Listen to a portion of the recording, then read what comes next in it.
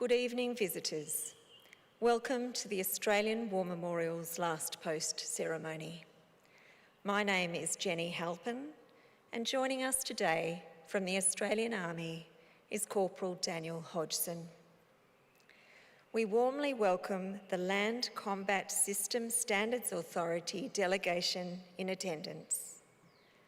We welcome the veterans who have served, those that are still serving, and the families that love and support them. The live stream of this ceremony is made possible by the Returned and Services League of Australia and the RSL and Services Clubs Association. We welcome members who are watching the broadcast of this ceremony across Australia. During this evening's ceremony, wreaths will be laid at the base of the Pool of Reflection by visitors to the memorial and students on behalf of North Cottesloe Primary School from Cottesloe, Western Australia, and Kedron State High School from Kedron, Queensland. If you are able, please stand and join in the singing of the National Anthem.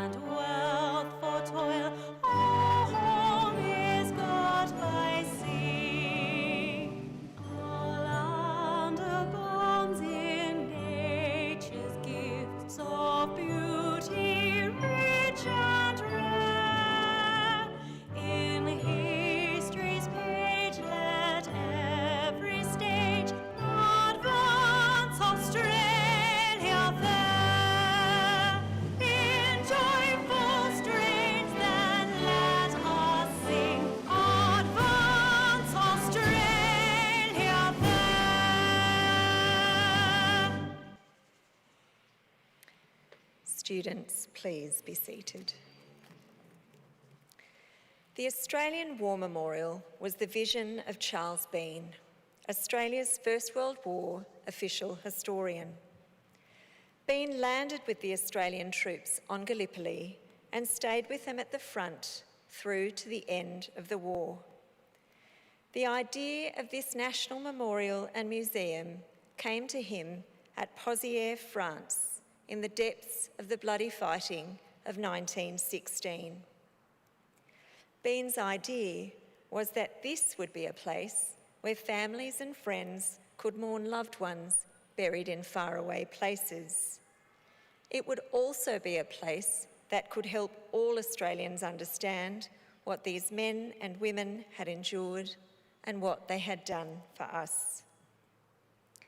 Bean's vision, to which we remain true, is best expressed as inscribed in the entrance to the memorial's galleries.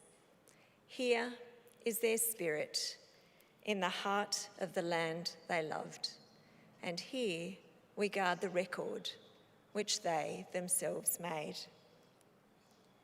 Tonight, we will read the story behind just one of those on the Roll of Honour, which lists the names of more than 103,000 men and women who have given their lives for us in war and on operations for more than a century. But first, we present a lament, Flowers of the Forest. Wreaths or floral tributes will now be laid at the base of the Pool of Reflection.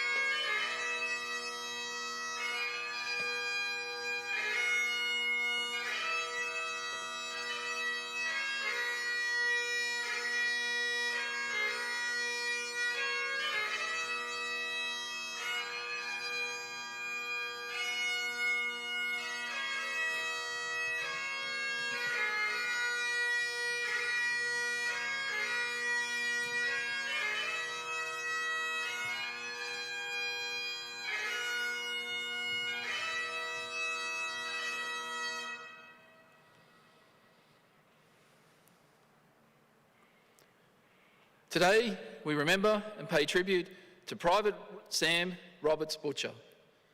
Sam Butcher was born in Midland Junction, Western Australia, on the 26th of November, 1914, the son of Charles John James and Mary Jane Butcher.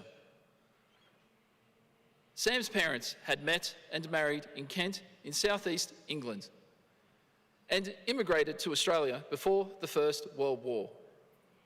His father went on to serve with the 16th and 48th Battalions. Young Sam was a noted cricketer, playing for Muckenbudden, and went on to work as a farmer and truck driver. Sam Butcher enlisted in the 2nd Australian Imperial Force on the 6th of May, 1941. After time in a training battalion, in June he was transferred to an allotment of reinforcements to the 2nd 11th Battalion. The 1st Western Australian Battalion raised for service overseas during the Second World War. The following month, Private Butcher was granted a period of pre-embarkation leave. By this time, the 2nd 11th Battalion had gone into action as part of the Allied advance into Italian-occupied Libya, fighting at Tobruk, then securing Derna airfield before advancing to Benghazi. In April, they had been part of the force deployed to assist in the defence of Greece. Private Butcher, however, would not join this unit. On the 1st of August, he returned from leave with an accidental injury to his left knee and was hospitalised for treatment. Later in the month, he was charged with being absent without leave and was confined to barracks for a week and forfeited pay as punishment for this infraction of military discipline. In early September, Butcher returned to hospital, this time suffering from influenza.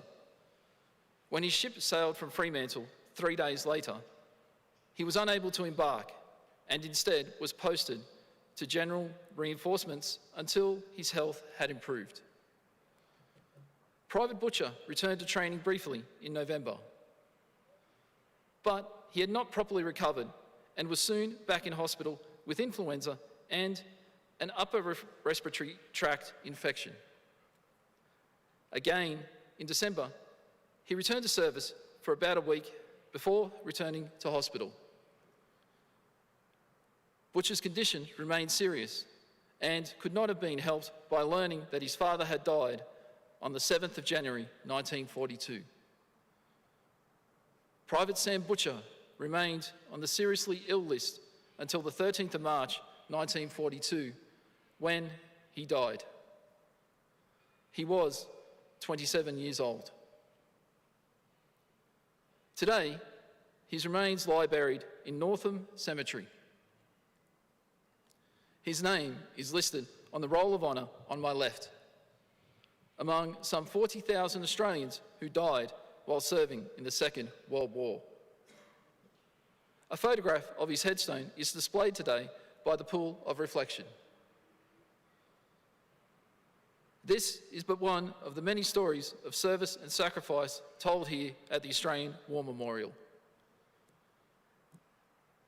We now remember Private Sam Roberts Butcher, who gave his life for us, for our freedoms, and in the hope of a better world.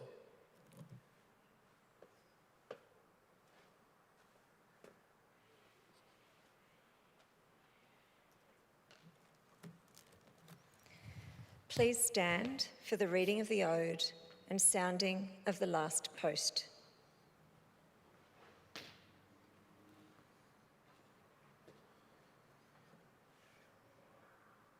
They shall grow not old, as we that are left grow old. Age shall not weary them, nor the years condemn.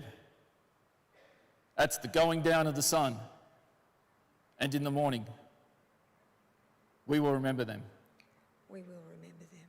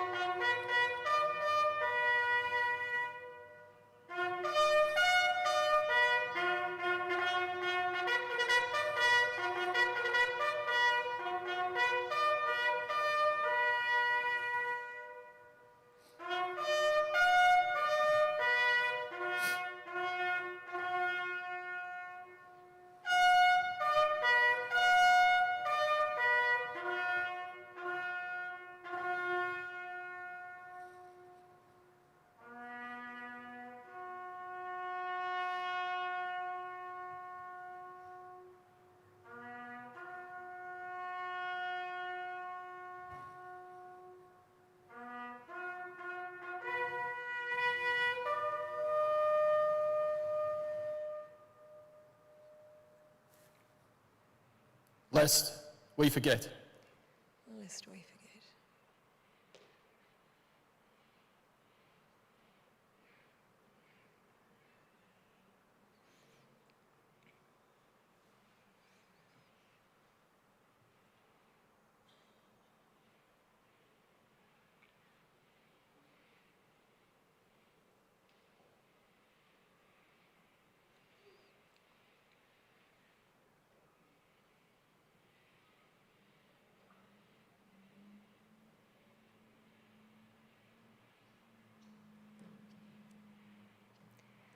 We leave you this evening with the words of the memorial's founder, Charles Bean.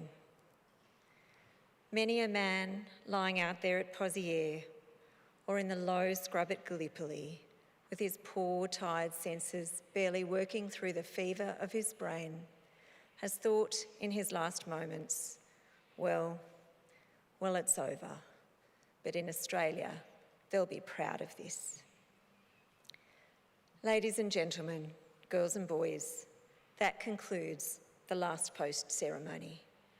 On behalf of our director, staff and volunteers, thank you for visiting the Australian War Memorial today and for your continued support during the memorial's development project. We wish you all a very pleasant evening. Thank you.